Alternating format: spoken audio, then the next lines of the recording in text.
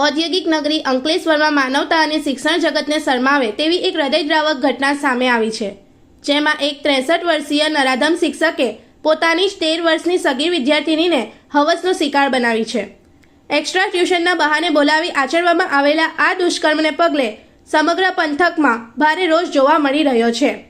સગીરાના પરિવારની પોલીસ ફરિયાદ બાદ પોલીસે આરોપી શિક્ષકની અટકાયત કરી છે.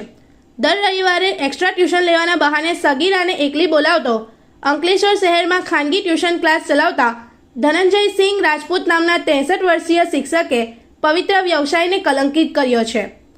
આરોપી શિક્ષક તેની પાસે અભ્યાસ માટે આવતી 13 વર્ષની સગીરાને દર રવિવારે એક્સ્ટ્રા ટ્યુશન લેવાના બહાને એકલી બોલાવતો હતો. આ એકાંતનો લાભ ઉઠાવી નરાધમ શિક્ષકે સગીરા પર વારંવાર દુષ્કર્મ આચર્યું હતું. સગીરા ગર્ભવતી બનતા ભાંડો ફૂટ્યો. ડર અને સંકોચના કારણે સગીરાએ આ વાત કોઈને જણાવી ન હતી, પરંતુ જ્યારે સગીરા ગર્ભવતી બની ત્યારે આ પાપી કૃત્યનો પર્દાફાશ થયો હતો. વિદ્યાર્થિનીના શરીરમાં ફેરફાર અને તબિયત લથડતા પરિવારજનોને શંકા ગઈ હતી.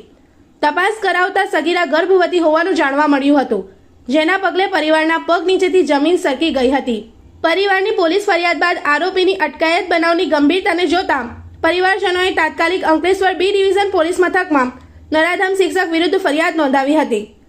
પોલીસે સહેજ પણ વિલંબ કર્યા વગર એક્શન મોડમાં આવી આરોપી ધનંજયસિંહ રાજપૂતની અટકાયત કરી લીધી છે. પોલીસે આરોપી વિરુદ્ધ પોક્સો એક્ટ તેમજ ભારતીય ન્યાય સંહિતાની વિવિધ ગંભીર કલમો હેઠળ ગુનો દાખલ કર્યો છે.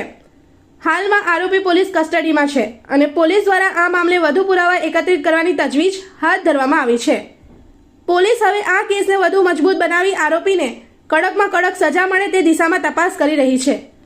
इस वीडियो को लाइक करें, हमारे चैनल को सब्सक्राइब कर बेल आइकन जरूर प्रेस करें हमारी न्यू वीडियो सबसे पहले देखने के लिए।